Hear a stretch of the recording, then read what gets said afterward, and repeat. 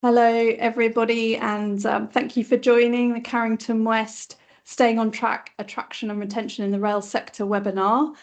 We'll just wait a few seconds for a few more people to be admitted who are sitting in the lobby and make sure everyone's here before we get started.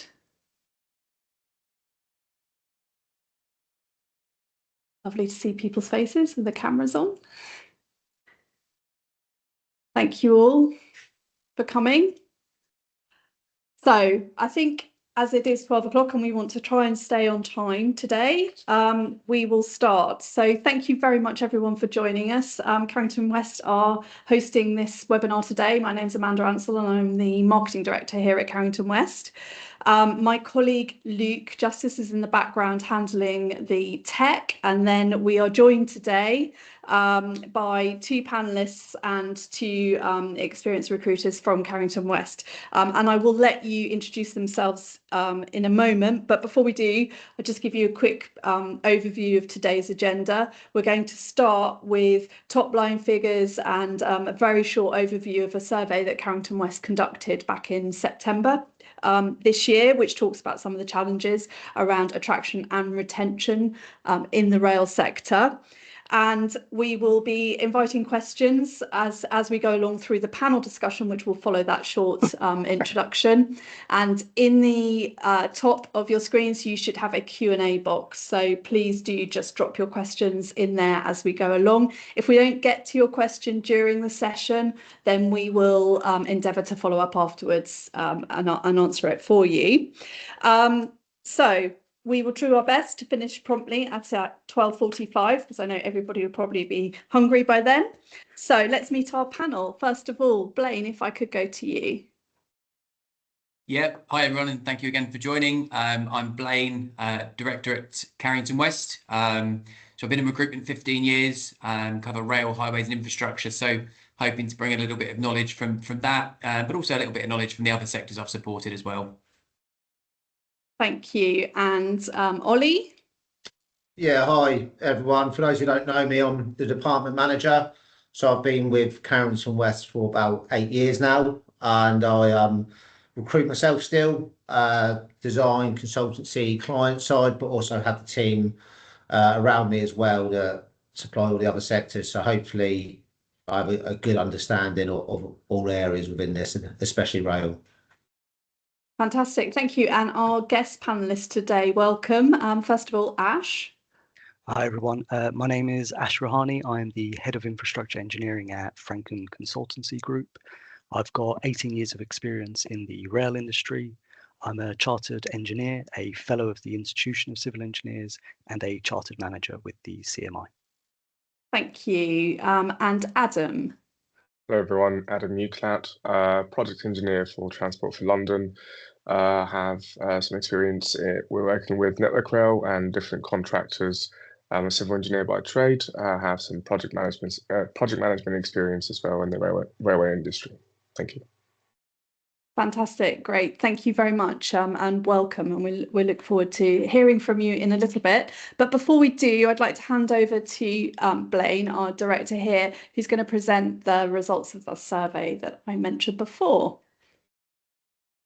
Wonderful, thank you. Some esteemed guests. So yeah, our objective really with this was just to look at the big picture of attraction and retention in the rail sector. I think there's some quite well-known challenges at the moment.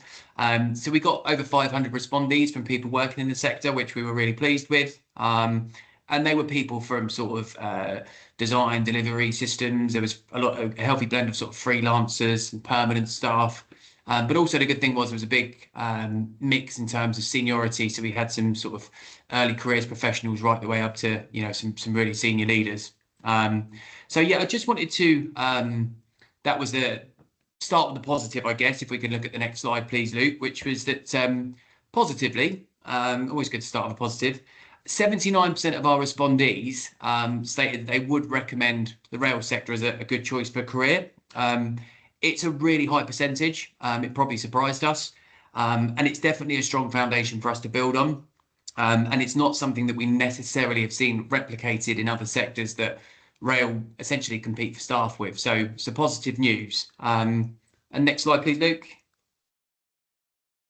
We also had 61% of respondees say that salaries in the sector are attractive. I think in light of the cost of living crisis, that's probably never been so important. Again, very positive. And nearly half stated career progress and job stability are a draw.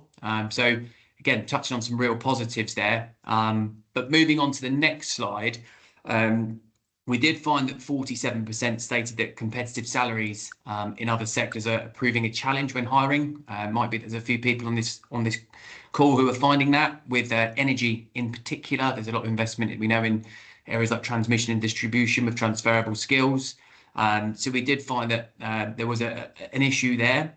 And on that, we sort of anecdotally, we met with some senior managers at HS2 yesterday, and again, they sort of reiterated that their words were that they felt there was a bit of a talent drain in the rail sector. They were losing CREs, experienced supervisors, and again, referenced the energy sector. And it really boiled down to issues like guarantee of long-term work, better working conditions, less staying away, that sort of stuff, not having to pay for your PTS. So we certainly have some challenges there. And I think the big issue we're hearing about is the elephant in the room is the project delays and the uncertainty about workloads. Goalposts keep moving, so on and so forth. So if that's you, we do have salary surveys. If you do want to make sure that you're benchmarking appropriately, let us know and we can get those over to you. And yeah, we'll move on to this slide here, which is retention. Wanted to touch upon this one. We've got some interesting insights here. We sort of find that retention is sometimes overlooked a little bit versus attraction, but it's equally important. So the important takes, you can sort of see that there's a similar story for retention and attraction, but that people are leaving the sector for career growth, higher salaries, and better jobs elsewhere. And a bit of a final comment from me on that is I don't think there's an easy solution here. We'll try and find one if we can. But I do think we're finding that the sort of famine and feast funding cycles are creating problems. So lots of positives, some really good stuff once you're in the sector. Maybe the challenge is getting those people in and then not losing them into other sectors where it seems there's a more steady flow of work at the moment.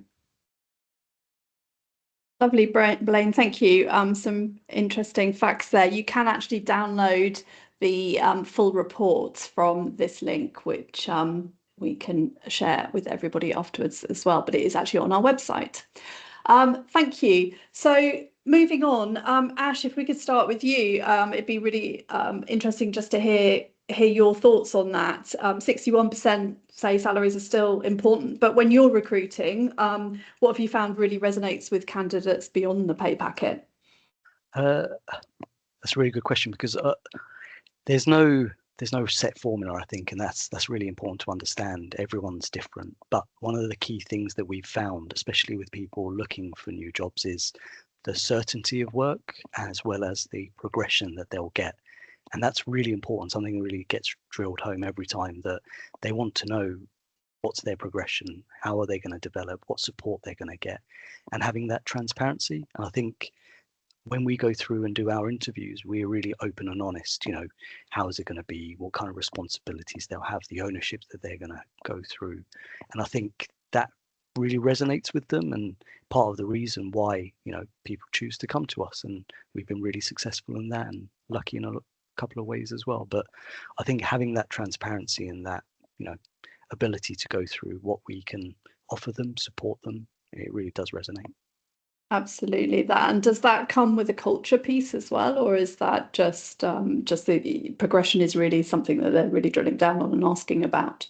It does. It's part of the culture that I've tried to build in the team, and it's one that we value, and everyone kind of aspires for that growth and development that they've got, and that's how it should be. People come to grow and develop. We should invest in our staff, and that helps resonate with them, that they've got a future, and they can see where they're going as well, and that's really important. Fantastic. And Adam, what would made you personally come into the industry? I actually couldn't agree more with Ash. Enough personal experience. I've worked in different contractors, different sectors, different departments, and where I found myself more comfortable and happy, it was whenever I felt there's a room for me to progress and feel appreciated. Whenever I wanted to do, it kind of makes me want to put in more.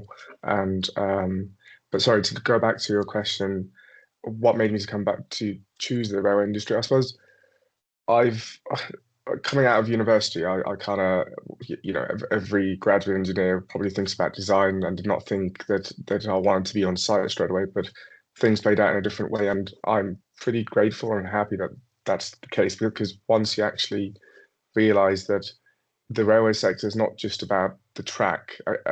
Most young graduates think, they don't actually know the I suppose the full scale of the scopes that we actually carry out. So obviously we do signaling, OLE, platform repairs. So yeah, I think as a civil engineer, you and all kind of engineers, you get exposed to from a technical point of view to a lot of different disciplines, and I think that's from an interest point of view kept me in. Did you, when you were considering the rail industry, do you feel that employers were presenting that breadth of opportunity to you from the beginning? I must admit, at university, it wasn't actually part of my. I wasn't considering it at the time because it wasn't presented to me even at universities. So that wasn't to kind of answer the question of yes or no. I'd say no. But then when I, I started looking into, I suppose, recruiters, that's when I realized that it is an option there. And working along Carrington West for a long time, I actually managed to find a graduate job, and with the help of Carrington West at the time, and that's how I got my first railway job. Yeah. Okay. And Ollie, I mean, just leading on from that, from your point of view, you speak obviously to the clients or the hiring managers like Ash, and also to candidates coming through. Is everybody like Ash? Do you get the full story? Are they able to communicate in the recruitment process exactly what they can offer? I think, going back to Adam and his answer is kind of a yes, no, if that makes sense. I think where we were 10 years ago, it's changed massively, and it's the people that have realized that, and especially post-COVID, it's changed again what people's needs are. It's the work-life balance, and there is a balance to that on both sides. Progression is massively important, which Ash has recognized, and people want to make a difference, whether that's through community, charity, the projects they work on. They want to feel valuable, and there's nothing wrong with that. And I think we're seeing one end of the spectrum of people that are still a bit prehistoric, if you like, 20 days holiday, 5 days in the office, but that is the rarity now. We are seeing a more of a shift about taking time to work-life balance, progression, and the people that have really embraced those basics are the ones that are recruiting and are retaining. But yeah, I think if you ask any hiring manager at the moment, what's it like to recruit and retain people, it's difficult, and people looking for solution know these are the basics that are kind of expected now rather than benefits. It just needs to be the way that the world is, whether you agree or disagree. It is the world we live in. So that's what we need to recognise, and we are seeing that, especially with the challenges that are going on.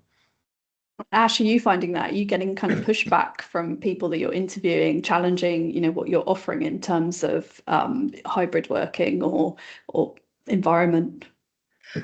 So yeah, that the balance is very important for people at the moment. Hybrid working, especially after COVID, the landscape's completely changed, and we have to find a very healthy balance between, especially younger engineers, being in the office with more senior people, getting that face time and the development, but also giving the flexibility to people to work remotely as well. And it's just finding that balance for different personnel and how their kind of progression is shaping up. Yeah.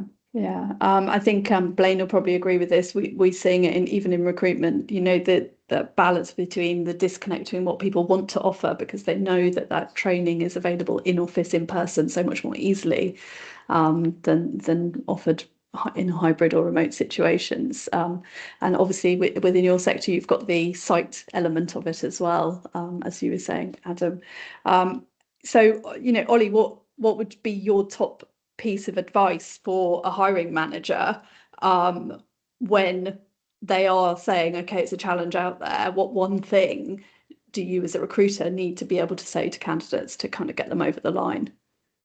I think kind of, going back to the basics, what we just talked about, it's prioritising them even in more difficult times. So we see with a lot of the bigger consultancies, their progression comes, isn't as important when they're quiet because they're trying to prioritize fee earning and stuff like that. But actually, if someone is getting offered a big salary and it's in energy and long-term work, then they need to make sure they're getting everything they can from their current employer, and that's where retention is really important. So still focus on what people need, even in the quieter times, because people.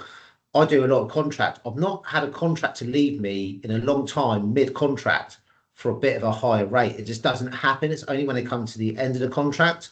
And the point of that story is the reason they're staying is because they're happy where they are. They've got work-life balance. They're making good projects. This whole they jump for £5,000 or they jump for £2 isn't really the case. It really is only the case if they're not getting what they need from their current employer. And you don't have to be the biggest payer, but you do need to meet their basic needs, and that is respecting a work-life balance. And I stress balance on both sides. Make sure progression's always there. And obviously the pay is competitive, but you don't need to be the biggest payer, but you do need to make sure, in my opinion, the others are being met. Okay, thank you. Ash, in terms of retention now, moving away from sort of attraction, what is you've talked about transparency, you've talked about progression, opportunities, but is there anything else that's key to keeping people once you've hired them? Yes, and learned the hard way, I would say. But one of the things that we've seen at the moment that really, really is working well is having a really strong community within the team. And when I say community, it can be even the smallest things like having lunch together and building those relationships and bonds. It's such an important factor, and it's quite often overlooked. But community is one of the biggest retention drivers for me. And I've seen that we've got a London office at the moment where we have most of our team based, and they have lunch together every day. Sometimes they come and have breakfast together. They go out after work together, and we see that they actually stick together and they're here for a longer term because of it. And it's that bond that they kind of have together that goes through. And I think that's one of the biggest things that I've learned and try and kind of put into all of the teams that we have. And purely with my marketing hat on here and my internal comms kind of mandate that I deal with, you talked about that team on one site or in one location. How would you tackle that all across multi-sites, multi-generations, technology? Yeah, that's it. So we've tried lots of different approaches. We are still learning. We've created something called a virtual office. So when people are working remotely, they can kind of come online and still be together and have those kind of communications or listen to other communications going on. We're also trying to get together as much as possible. So we try and hold some social events, whether it's an activity. We recently did kind of a Tough Mudder with the group. So a lot of the team, I think about 15 of them, ended up turning up and going out on a weekend to do something for charity. And it's really worked well. And we really see the value and the difference in the team when they do that.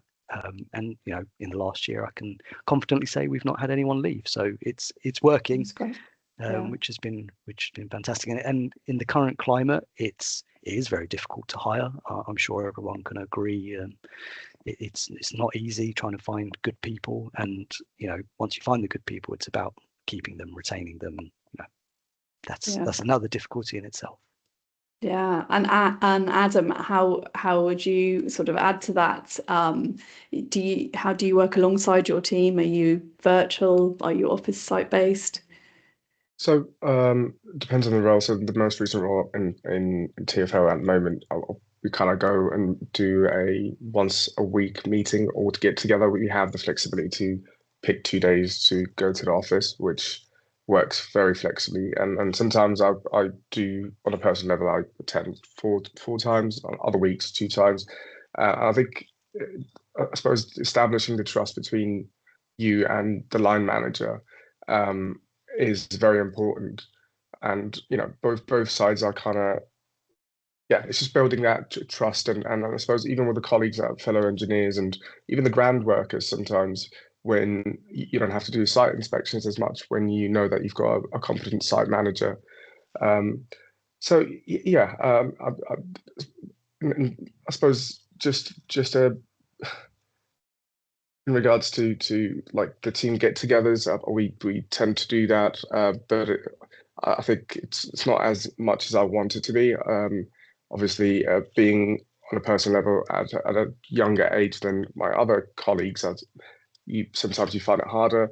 But as in other companies, it's it's I suppose. Sorry, apologies. I'm trying to establish the point in terms of the importance of the get-togethers. Yeah. And do you think, especially if you are on an interim contract placement, that sometimes maybe those people are left a little bit to the side, and that employers could do more? Yes, absolutely. I mean, especially at the start, at the early stages, until again you kind of create that bond or trust. I've, as a contractor myself for the past 6-7 years, yes, I've always struggled for the first while, especially if I had to manage direct, let's say, direct reporting. People tend to think, look at the financial side of things, especially in the public sector. So yeah, to answer the question, So there could be some very low cost, very simple things that encourage that collaboration. Ash, you probably, with a contract team or someone who's really just coming in for a project duration, it's not just necessarily about saying here's some money to go to the pub or to go play darts or go archery or something. It's, what are those little things that you can do in the office environment, virtually or otherwise, that can bring people together? I think one of the biggest importance parts of those is inclusion, and making sure people don't feel invisible. They're heard, they're seen, and it is the small things. You don't need to do something complicated. So, for example, we've got quite a youthful team. They're all going for their chartership, so we get them to get together after work. They're kind of either going through a presentation or a talk that they're attending, so we'll supply the food, we'll cover that, so they can just come together and watch that, talk about it, and help with their development. But they're doing it together, and I think that builds those bonds that really helps them to grow, and want to stick around as well, and that's really important. I mean, I love that kind of study group, because it can be virtual or it can be in person. It doesn't matter, does it? And it's just, all it is a Teams or a meeting room and a few sandwiches, and it's sort of, we have something similar here where our consultants have to sit the rec exams, and we do the same. So, Blaine, have you got anything to add to that? So obviously, because you've worked with contract and perm placements over the years. Well, I thought it was interesting. It makes you kind of sanity check everything you're doing. I mean, Ash, to say you've got 100% staff retention is really impressive. So, might have to compare notes with you after, because that's that's fantastic. But no, I sort of, as I was jotting down the notes there, I think one thing that I had acknowledged and seen in the past was maybe sometimes interim temporary staff being a little bit sidelined. A lot of these people are now inside IR35, so we are taxing them like employees. We maybe just not always treat them like employees, and I think maybe that's me sticking up for contractors here. But I think people are people. If I've got a room full of people, I want to engage all of them. So that's one thing I would say. Perhaps the only other thing I would say as well is maybe to go back one step is some of the feedback we get from candidates when interviewing, and they may be interviewing for a job in the renewable sector and in the rail sector, is just making sure that we start that engagement at the start. So we don't want really challenging application processes, because we can order our takeaways and our deliveries with 2 clicks nowadays. So we don't want to make sure that applying for a job takes 48 clicks. And I think then making sure that interview process is two-way, that's a really, really good opportunity to showcase your employee value proposition, your own journey. There was so much conversation there about progression, well, how did you get to where you got to? What did it take? What's it going to look like for that person? And I think really engaging those people through the interview, through a two-way process, so that if you offer them, they're more inclined to accept. If you don't offer them, they go and become sort of ambassadors for your business. So I think I would just start it as early as possible in the process. Yeah, absolutely. And Adam, your experience of interviewing, presumably you do it quite a lot if you're changing contracts. What would you say about that? Correct, yes. So I suppose whenever the opportunity comes in, I first obviously I'll look and see if I'm competent and feeling confident to go for it. But I think I don't particularly prepare on obviously I reckon I look in terms of checking at the company, but I kind of try and go with the flow and try and see if there's a bond or there's a how I feel with the hiring manager at the time. If it is it's a two-way interview, as Blaine said. Yeah, it's just basically I let it flow naturally more than anything, and Yeah. much, yeah. And I think just hopping onto that, and Ollie, that two-way process, allowing room in the recruitment process for that, maybe is something that is sort of overlooked more on the contract side than the perm side, but it's equally as important, as we're hearing, especially for retention. Yeah, I think it's important for both sides, and I think we've hit a really good point here, and something that still has some progression to be done. But people buy from people; it's as simple as that. And Adam's hit a good point, and Ashley mentioned it's about how you get on with that person. As they say, no one leaves a company; they leave a manager. So it's the same with who you go with, because it's gut feel. And what we're not seeing, we're asking. The clients ask not what can you do for us? What will you do for us? Not what we will do for you. And it's a balance. It's got to be both. And I think the people that are recognizing what can we do for you, but on the same hand, if we can do that for you, what can you do for us? That's a mutual partnership of money being transferred. That's a really healthy conversation and way. And I think both. I think contract and permanent. I think clients can do more to sell themselves, sell what they're about, but also say, I can give you this, but what are you going to give me? And set the boundaries early doors. And I think the more we can do that and sell companies and people sell each other, I think that's the next natural progression. And knowing what you're getting, you're more likely to give back because you know what people are doing for you. So you give the extra added incentive to give that back to the person. That's a win-win, and that's what we're really looking for. I suppose just to add to that, in regards to as a contract, whenever I interview, many companies, for example, are a bit more lenient with sending you on courses or getting more competencies, and I think sometimes that's pretty important for myself. And even obviously that would benefit the company in the long run, if they chose, if they extend the contract and for that specific role. So to me, that's also I think another that's point. a really strong point, Adam, actually, that for me, contractors have been seen as contractors who have come in to do one piece of work and that's it.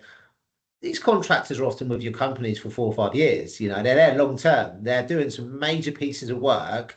They're normally dealing with your client. They're normally the client-facing person, dealing with your graduates, dealing with your engineers. They are so important, and you give them no upskilling at all. In some instances, I think that kind of process, if this person is potentially going to be a long term, and I know it's a bit different there inside and outside, but do get them engaged, do retain them, because if someone comes and offers them £5 more an hour or whatever it may be, they're not going to look elsewhere if we go back to their getting progression in their current role.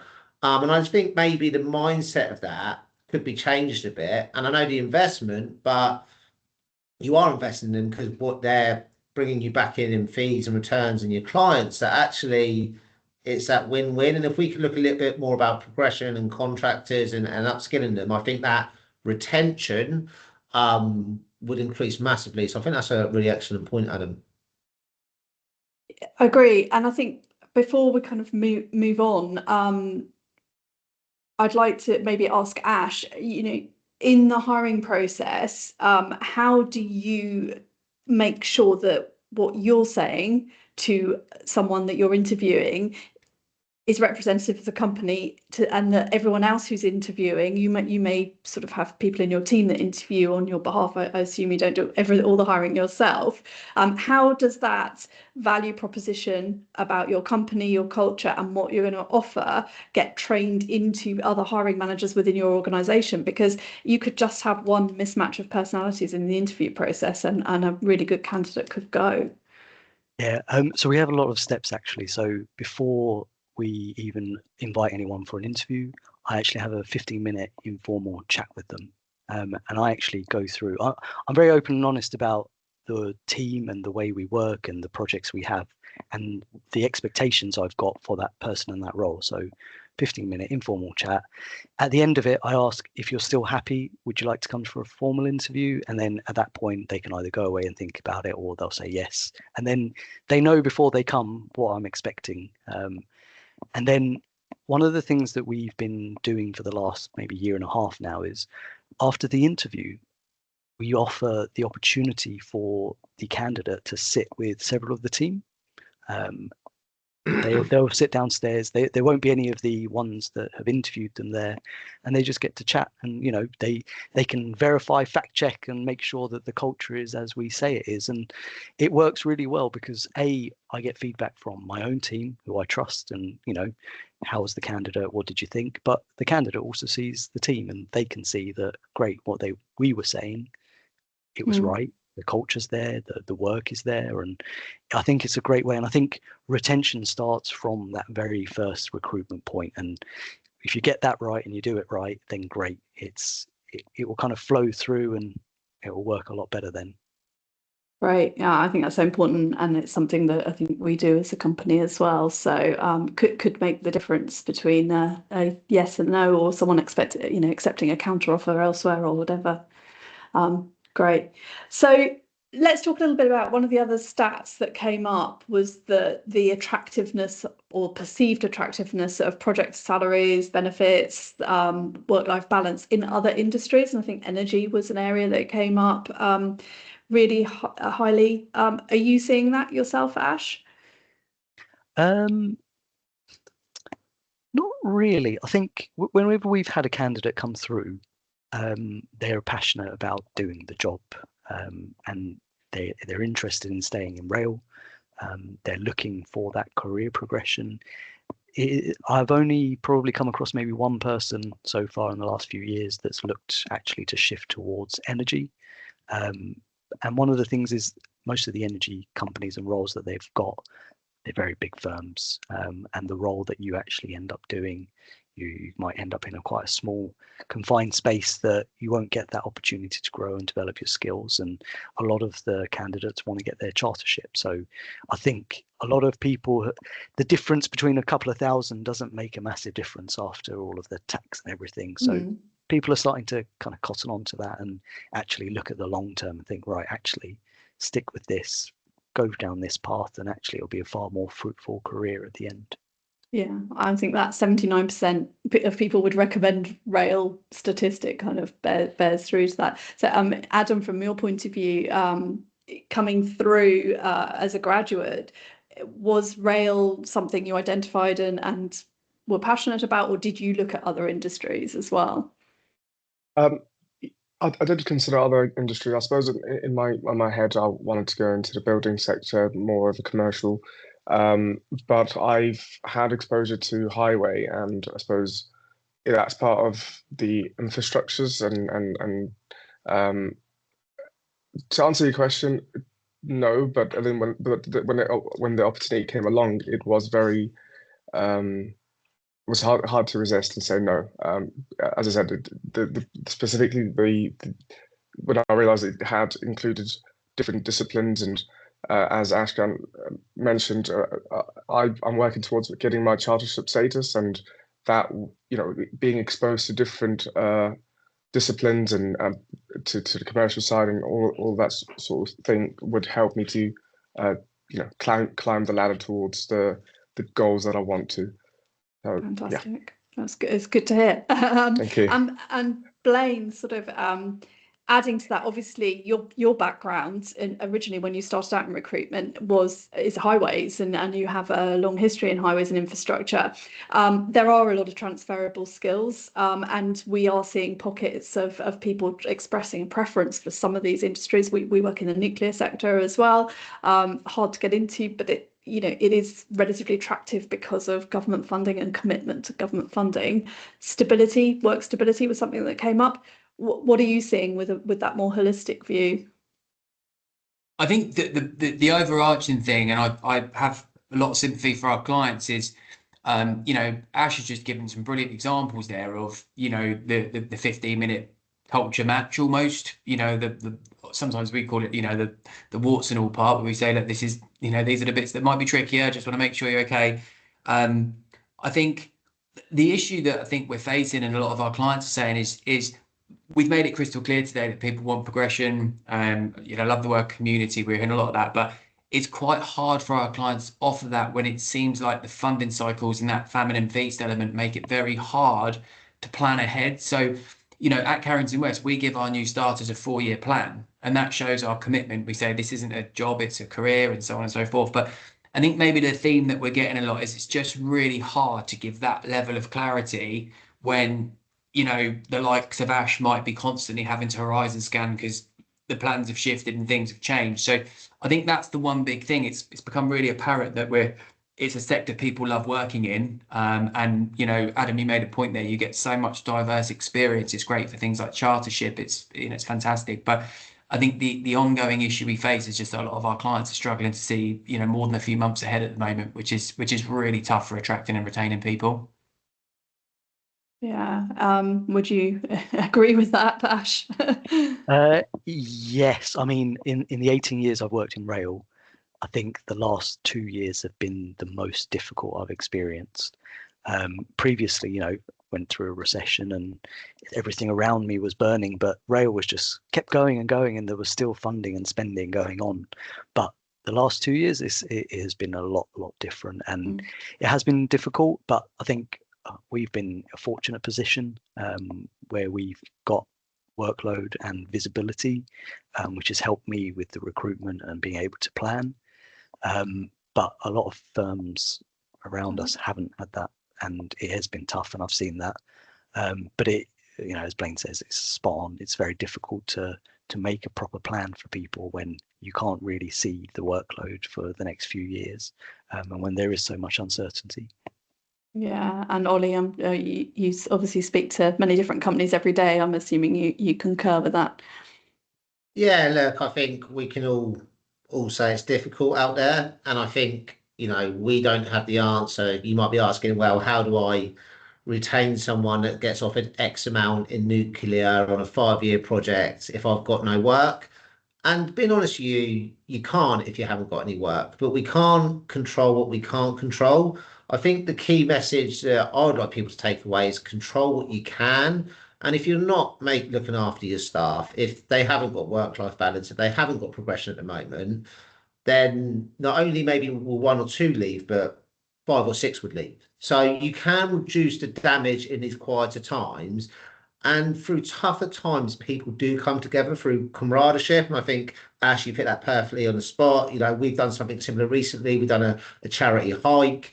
We go out for lunches and coffees, and people are in it together. And people are a lot more loyal than sometimes they get given credit for. But you've got to give them that environment for them to create themselves. And that's the beauty of the newer generations. They seek that, they want that. But you've got to be the creator of that. And I think if you do that, apart from controlling workloads and clients coming, you'll be fine. But you just need to make sure you're not ignoring the obvious, if that makes sense. And I think that would probably be my key message from today. And Adam, as someone who's slightly closer to the beginning of their career, does rail excite you for the next 20 years? Are you committed and loyal? Do you see your future here? Oh, absolutely. Yeah. So I think I'm having in some. Yeah. I absolutely do. Yes, I think my long term remain in the industry. I think it's not only about financial. I suppose it's their actual interest. Sometimes you don't realise you have interest in something until. Yeah, you're breaking up there a little bit. We're losing you, Yeah. but yeah, we get that you found your passion for rail, which is fantastic to hear. So we've got 5 minutes. I'd like to leave everybody with one final question. What would be the one thing, and we'll start with you, Ash, that you would change that would make the workforce of the future definitely 100% want to come into rail, stay in rail, and have the most amazing career? I think it's offering that honesty and transparency of the workload that they're going to have, and what they're going to be doing and their progression in that. So what is their role? It's got to align with their intrinsic motivation, their aspirations, their values, the culture that they've got as well. So I think if rail can kind of put that out there, have a solid plan as well, demonstrate that, and it kind of filters down to all the contractors and consultancies, then fantastic. We can then roll that out and everyone's got a clear idea of where they're going and what they're going to be doing. Sounds so easy. It is. I am assuming if everyone did it to the same degree, though, the competition would be a little harder. But yeah, great. Blaine, same question.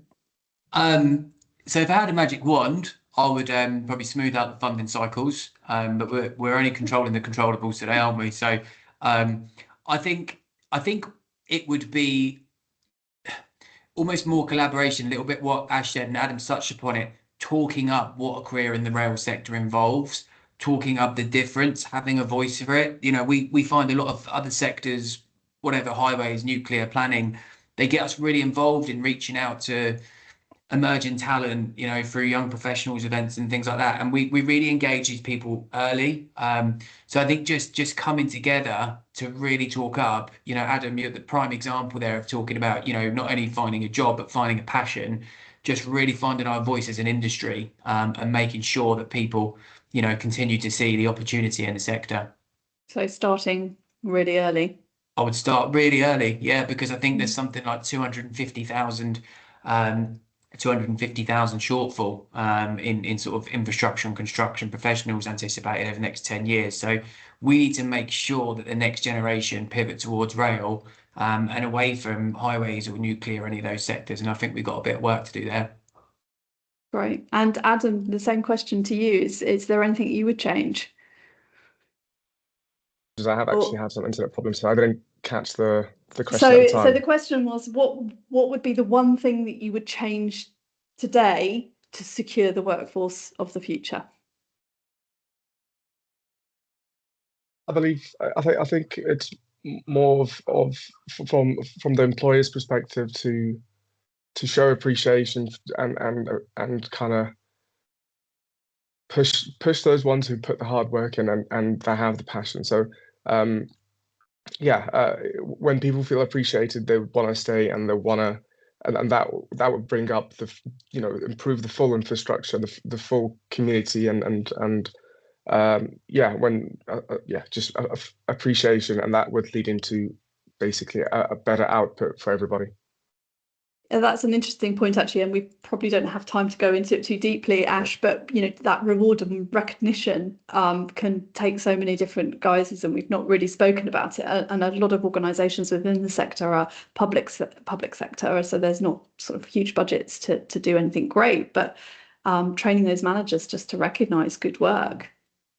I think it's the recognition that's really important, and you know, sometimes you're right, you can't reward them with something tangible. It's not always possible, but actually recognizing it and giving the feedback is so critical and important these days. Something I put in place about 3 years ago was holding an annual team meeting to actually celebrate successes and coming together and actually talking about it. And I think that's such an important part of it, because rail can be quite stressful. You know, it's a fast moving industry, and sometimes we go from project to project without even really having a thought.